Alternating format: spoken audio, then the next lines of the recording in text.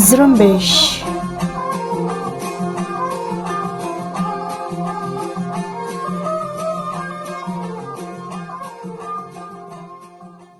یہ ریڈیو زرمبش اردو کی آواز ہے۔ آج بدھ 26 مئی اور سال 2021 ہے اور میں ہوں آپ کی میزبان سارین بلوچ۔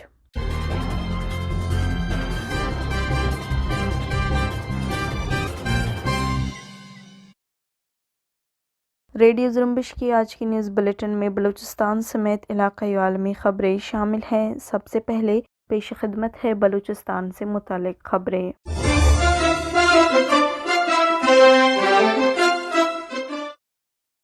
بلوچستان کے مختلف علاقوں میں قابض پاکستانی فوج کی جارحیت کا سلسلہ جاری ہے۔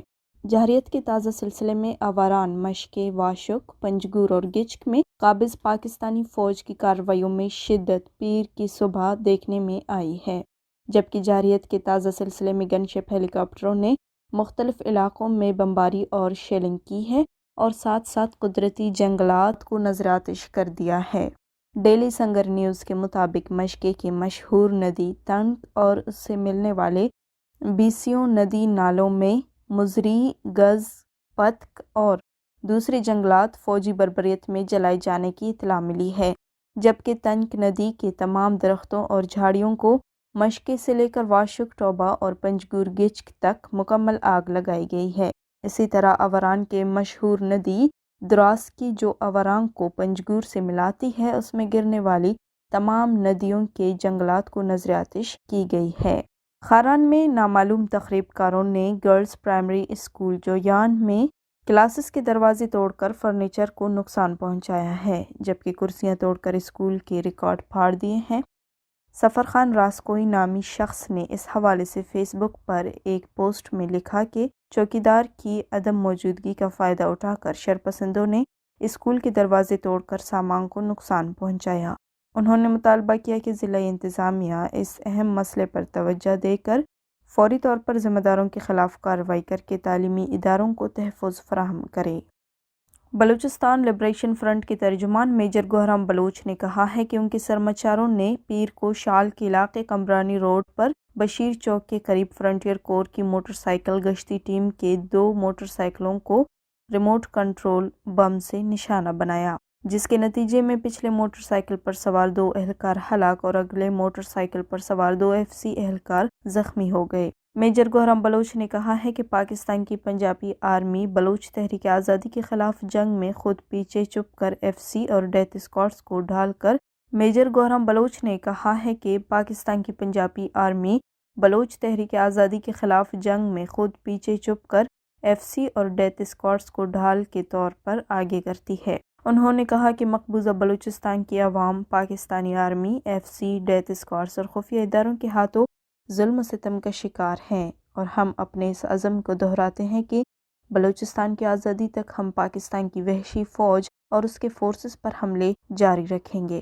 میجر گوہرام بلوچ نے عوام سے اپیل کی ہے کہ وہ قابض پاکستانی فوج اور دیگر اداروں کے چیک پوسٹوں اور گاڑیوں سے دور رہے۔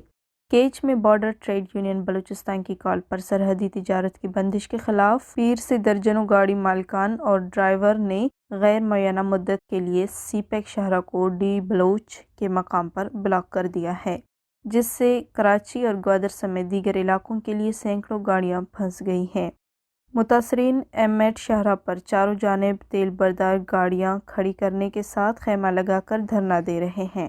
بارڈر ٹریڈ یونین بلوچستان کی جنرل سیکریٹری گلزار دوست نے میڈیا سے گفتگو کرتے ہوئے کہا کہ بارڈر پر تجارتی سرگرمیوں کی بندش کا پلان بنا کر کاروبار کو عام لوگوں کی دسترس سے نکال کر سیکیورٹی اسٹیبلشمنٹ اپنے ہاتھ لینا چاہتی ہے، جس کا آغاز بارڈ لگا کر کیا گیا اور بعد ازاں ٹوکن سسٹم کا آغاز کیا گیا، جس میں منظور نظر لوگوں کو نوازا جا رہا ہے۔ انہوں نے کہا کہ رواں ہفتے ہم نے ڈی بلوچ پوائنٹ کو بلاک کر کے دھرنا دیا تھا تو FCC اور DC نے آ کر IGFC مذاکرات کرنے کی یقین دہانی پر دھرنا ختم کرایا، مگر ہم جب FCC کیمپ گئے تو صبح سے شام تک کوئی ہمارے پاس بات چیت اور مذاکرات کے لیے نہیں آیا۔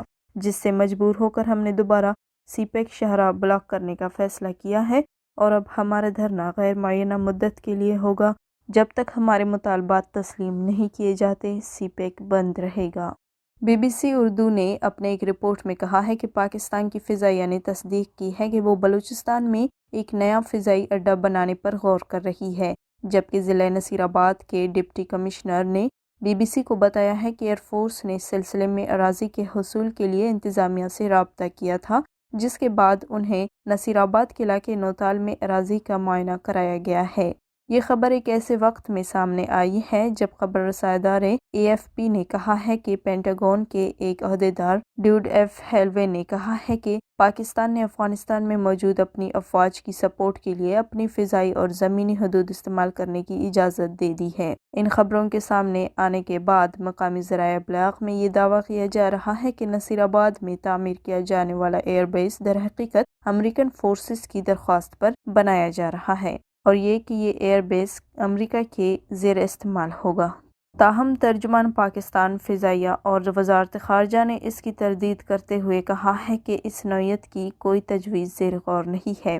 واضح رہے، بلوچ قوم دوست جماعت بلوچستان نیشنل موومنٹ نے اس منصوبے کی شروع سے ہی مخالفت کی ہے اور پارٹی کے سربراہ خلیل بلوچ نے اسے بلوچستان میں بڑا عسکری منصوبہ قرار دیتے ہوئے کہا کہ ریاست اور اس کے عسکری ادارے بلوچستان میں اپنے قبضے کو تول دینے اور بلوچ وطن کو ایک مکمل فوجی چھاونی میں تبدیل کرنے کی پالیسی پر تیزی سے عمل درآمد کر رہے ہیں۔ بلوچ اسٹوڈنٹس آرگنائزیشن کے مرکزی انفارمیشن سیکریٹری بالاج قادر اور دیگر نے گوادر کی یونیورسٹی میں وائس چانسلر کی تقرری میں تعطل اور دیگر مسائل پر پریس کانفرنس کی۔ پریس کانفرنس میں انہوں نے کہا کہ گوادر میں ترقی، تبدیلی اور خوشحالی کے دعووں کے باوجود یہاں کے نوجوان اعلیٰ تعلیمی اداروں سے محروم ہیں۔ بالاج قادر نے مزید کہا کہ اعلیٰ تعلیمی سلسلے کو برقرار رکھنے، طلباء کی ذہنی نشو و نما اور جدید علوم کے فروغ میں جامعات کا اہم کردار ہے، لیکن گوادر جیسا بین الاقوامی شہرت یافتہ شہر میں اب بھی یہاں کے نوجوان یونیورسٹی سے مستفید نہیں ہو رہے۔ بالاج قادر کا کہنا تھا، گورنر بلوچستان اور وزیر اعلیٰ تعصب کی بنیاد پر گوادر یونیورسٹی کے مسائل حل نہیں کر رہے ہیں۔ شال میں احتساب عدالت نے بلوچستان میگا کرپشن کیس کا محفوظ فیصلہ سنا دیا ہے۔ احتساب عدالت نے سابق سیکریٹری خزانہ مشتاق ریسانی کو 10 سال قید کی سزا سنائی ہے اور ان کی تمام جائیداد ضبط کرنے کا بھی حکم دیا ہے۔ اس کے علاوہ میگا کرپشن کیس میں سابق کٹھ پتلی مشیر خزانہ خالد لانگف کو 2 سال 2 ماہ قید کی سزا سنائی گئی ہے اور ان کی سزا ان کے ٹرائل کے دوران گرفتاری کے وقت سے شروع ہوگی، جبکہ سابق سیکریٹری بلدیات عبدالباسط اور سابق سیکریٹری لوکل کونسل فیصل جمال کو عدالت نے بری کر دیا ہے۔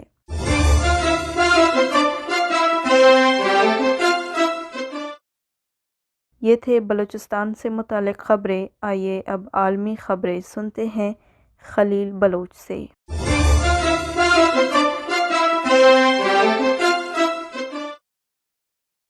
پاکستان کے وزیر تعلیم شفقت محمود کی زیر صدارت بین الصوبائی وزرائے تعلیم کے اجلاس میں رواں سال کسی کو بغیر امتحانات پروموٹ نہ کرنے کا فیصلہ کیا گیا ہے۔ پاکستانی میڈیا کے مطابق اجلاس میں فیصلہ کیا گیا ہے کہ تمام کلاسوں کے امتحانات ہر صورت ہوں گے، جبکہ حکومت نے ایس او پیز کے تحت ہر صورت امتحانات لینے کا فیصلہ کیا ہے۔ اجلاس میں یہ بھی فیصلہ کیا گیا ہے کہ پہلے 10ویں اور 12ویں جماعت کے امتحانات ہوں گے۔ یہ امتحانات جون کے تیسرے ہفتے میں لیے جائیں گے۔ فیصلے کے مطابق رزلٹ میں تاخیر پر جامعات پروویژنل سرٹیفکیٹ کی بنیاد پر داخلے دیں گی۔ پاکستان مسلم لیگ نواز کے قائد اور سابق وزیر اعظم پاکستان نواز شریف نے کہا ہے کہ پاکستان میں ووٹ کی توہین ہمارے تمام مسائل کی جڑ ہے اور ووٹ کو عزت دو کے نعرے کا مقصد یہ ہے کہ الیکشن ہروانے اور جتوانے کا فیصلہ کرنے والے یہ مشغلہ چھوڑ دیں۔ انہوں نے ٹویٹر پر پاکستان کے سینئر کالم نگار اور سابق معاون خصوصی عرفان صدیقی کے کالم کو شیئر کیا اور اپنے اظہار خیال میں کہا کہ ووٹ کی توہین ہمارے تمام مسائل کی جڑ ہے۔ پاکستان کو کورونا ریڈ لسٹ میں ڈالنے کے برطانوی حکومت کے فیصلے کو برطانوی عدالت میں چیلنج کر دیا گیا ہے اور عدالت سے پاکستان کا نام ریڈ لسٹ سے ہٹانے اور فیصلے سے پاکستانی نژاد برطانوی شہریوں کو ہونے والی مالی نقصان کا ازالہ کرنے کی استدعا کی گئی ہے۔ پاکستانی نژاد برطانوی شہریوں کو سفری پابندیوں کے دوران مدد فراہم نہ کرنے کو بھی چیلنج کیا گیا ہے۔ افغانستان کے صوبے لغمان کے دارالحکومت میں افغان فورسز کے طالبان کے ساتھ تصادم کے نتیجے میں 50 طالبان شدت پسند ہلاک ہو گئے ہیں۔ عالمی خبر رساں ایجنسی AFP کے مطابق افغان فورسز اور طالبان شدت پسندوں کے درمیان حالیہ تصادم صوبے لغمان کے دارالحکومت میترلام میں اتوار کو رات گئے ہوا۔ افغان حکام نے کہا ہے کہ لڑائی کے دوران ایک موقع پر وزیر دفاع اور سابق chief of army staff Yasin Zia بھی خود میدان میں آ گئے تھے۔ دوسری طرف طالبان کے ترجمان ذبیح اللہ مجاہد نے AFP کو بتایا ہے کہ انہوں نے شہر کے مضافات میں 37 سیکیورٹی چیک پوائنٹس پر قبضہ کر لیا ہے۔ آسٹریلیا نے امریکی افواج کے انخلا کو مد نظر رکھتے ہوئے افغان دارالحکومت کابل میں اپنا سفارت خانہ بند کرنے کا فیصلہ کیا ہے اور کہا ہے کہ اگر حالات نے اجازت دی تو اسے پھر کھول دیا جائے گا۔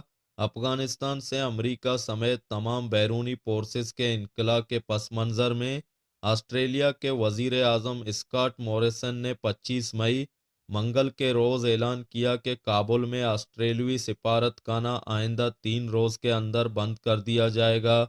دوسری طرف امریکہ کے سابق اہم کمانڈر جنرل ڈیوڈ پیٹر یاس نے کہا ہے کہ افغانستان سے امریکی فوجی انخلا کے فیصلے پر پچھتانا پڑ سکتا ہے کیونکہ وہاں ان کے بقول ایک بار پھر خانہ جنگی لوٹ سکتی ہے۔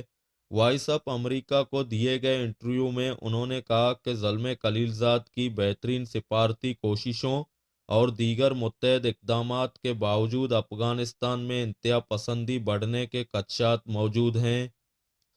افریقی ملک مالی میں فوج نے بغاوت کر کے اقتدار پر قبضہ کر لیا ہے اور منتخب صدر اور وزیر اعظم کو گرفتار کر لیا گیا ہے۔ بتایا جاتا ہے کہ ان رہنماؤں کو گرفتار کرنے کے بعد مالی کے دارالحکومت بماکو کے قریب واقع فوجی اڈے کاٹی لے جایا گیا ہے۔ یہ گرفتاریاں کابینہ میں رد و بدل میں فوجی جنتا کے 2 اراکین کے اپنے عہدوں سے محروم ہو جانے کے چند گھنٹوں کے اندر ہوئی ہیں۔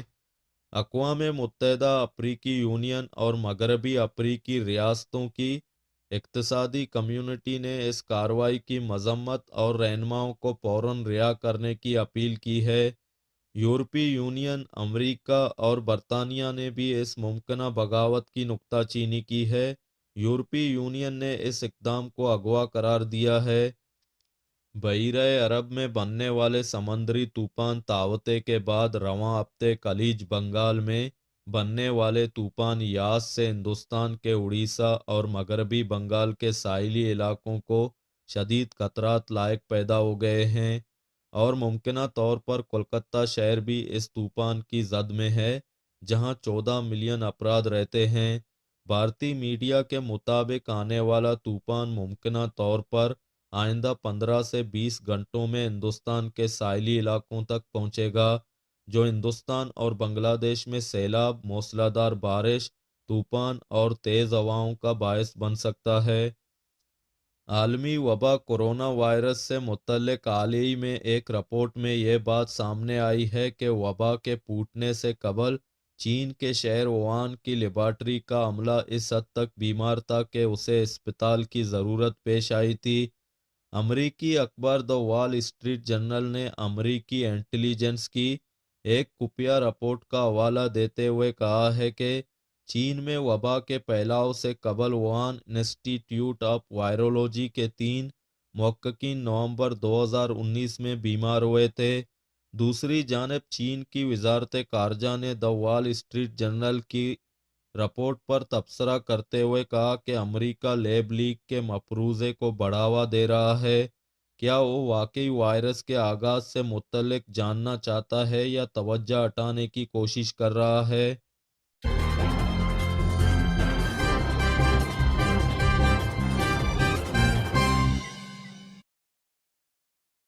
اسی کے ساتھ ہی آج کا نیوز بلیٹن ختم ہوتا ہے۔ سارن بلوچ کو اجازت دیجیے۔